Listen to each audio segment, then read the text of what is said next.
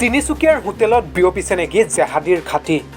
জেহাদীৰ সৈতে সম্পৰ্ক থকাৰ সন্দেহত তিনিচুকীয়াৰ হোটেল চাফাই ৱাৰত গ্ৰেপ্তাৰ এহাল দম্পতি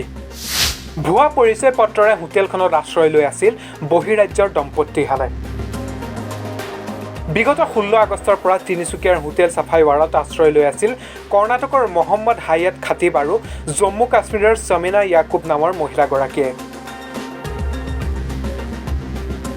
আইচিছৰ লগতে বিভিন্ন প্ৰবঞ্চনামূলক কাৰ্য আৰু অসামাজিক কামত জড়িত থকাৰ সন্দেহত আৰক্ষীয়ে বৰ্তমান মাৰাথান জেৰা অব্যাহত ৰাখিছে দম্পতিহালক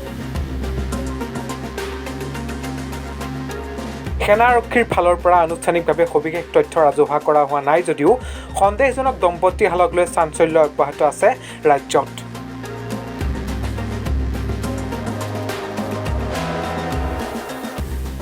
নিউজ ডেস্ক ৰিপৰ্ট ফিফ পিলাৰ